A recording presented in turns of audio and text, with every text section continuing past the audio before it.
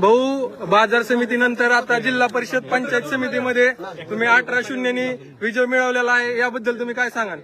निश्चितपणानं या बार्शी तालुक्यातील तमाम जनतेचं, बंधू भगिनींचं मी हे ऋण आयुष्यभर विसरणार नाही.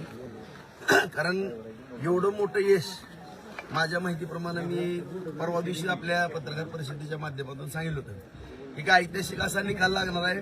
माझ्या आयुष्यात पण मी अशी निवडणूक पाहिलेली नव्हती की ही सगळी निवडणूक जनतेनं ताब्यात घेतली. श्री आपण कोणाला द्याल?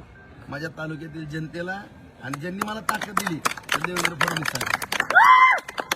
आणि विशेष 20 वर्ष पंचायत समिती माझ्यासारख्या साध्या कार्यकर्त्याच्या मार्गदर्शनाखाली आज 25 वर्ष ही 5वं रौप्य महोत्सव साजरा करण्याकरता साहेब सुद्धा या ठिकाणी बार्शी. दोन्ही उपमुख्यमंत्र्यांना आपण घेऊन येणार का या विजयासाठी? त्या दिवशी जी मी बोललो आदरणीय देवेंद्र फडणवीस साहेबांबरोबर जो काही शिंदे साहेबांचा गैरसमज केला होता किंवा आदरणीय स्वर्गवासी दादांचा पण थोडा काही, आता शेवटी प्रत्येकाला पक्ष हा आपला प्यारा आहे, वाढवण्याकरता प्रत्येक जण धडपडतो, याबद्दल माझं दुमत नाही.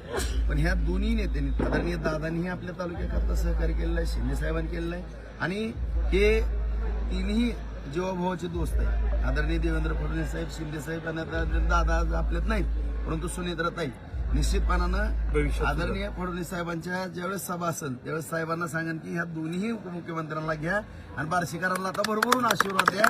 कारण या ठिकाणी 25 वर्ष आता या पंचायत समितीला रेकॉर्ड ब्रेक आणि 54,000चा लीड, जवळपास एक हजाराच्या पुढे या ठिकाणी आलेले आहे.